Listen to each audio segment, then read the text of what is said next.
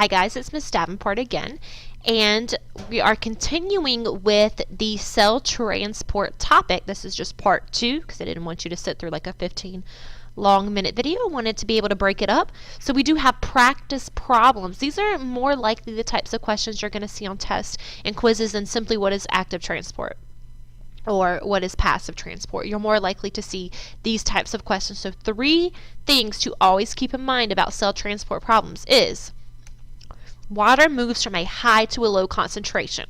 All of these practice problems are talking about osmosis. They're talking about the movement of water.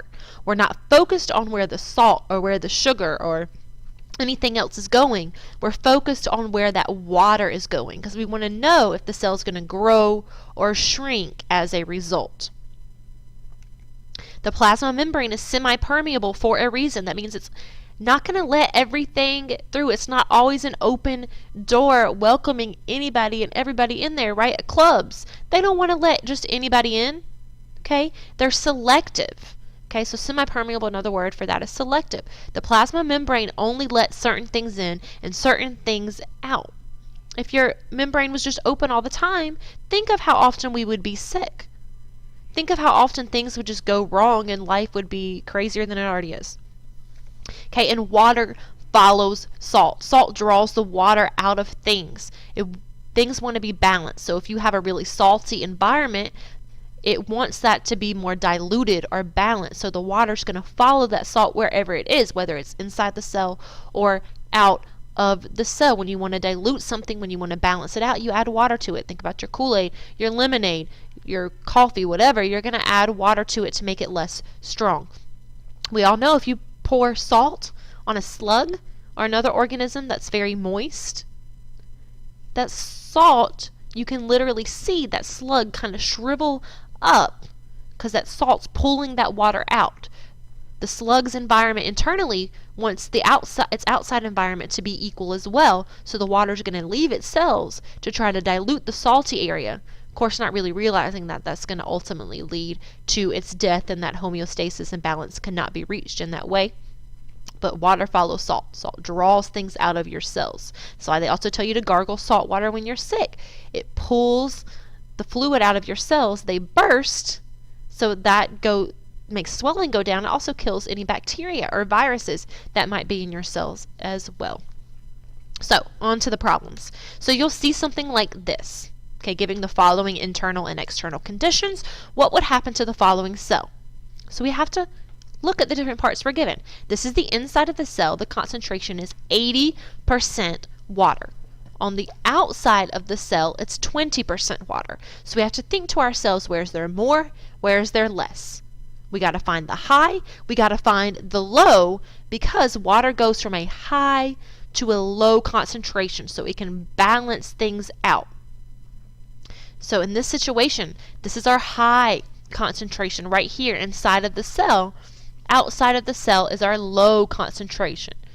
Water goes from high to low. So we're going to draw our arrow going out, which means the cell's going to shrink. This water is going to come out here, try to balance this. So it's like 50-50.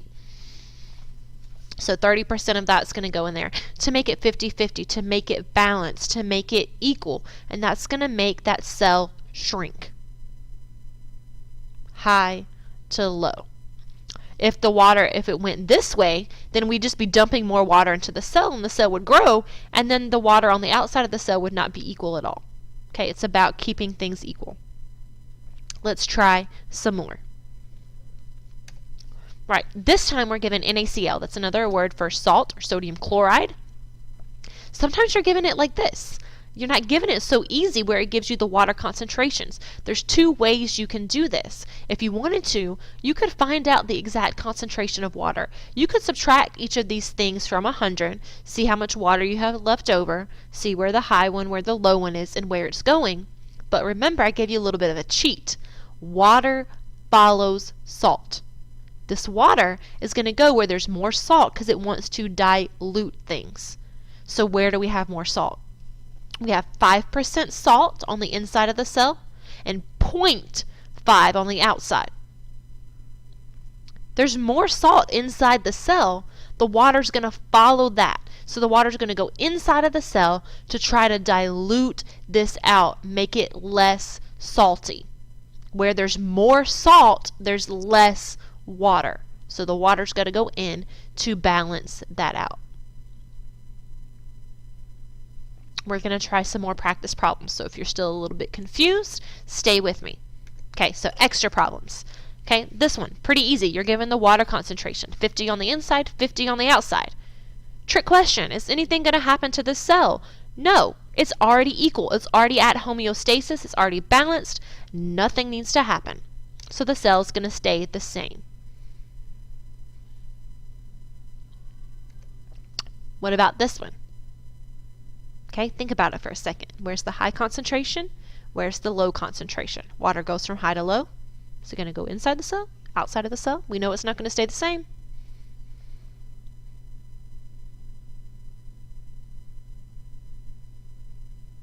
Here is our high concentration outside of the cell. Low inside, high to low, the cell's going to grow. Water's moving inside to make it balanced. Let's try some more. Ooh, here we go. We got that salt again. Don't let it throw you off. Where's the water going to go?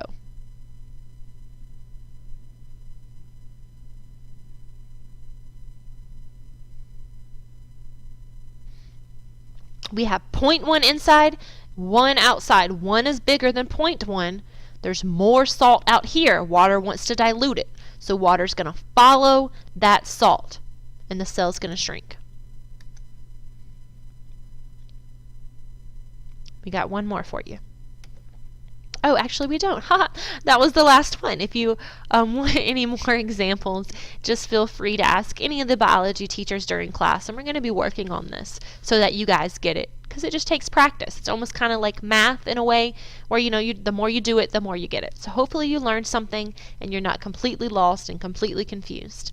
And thanks for watching.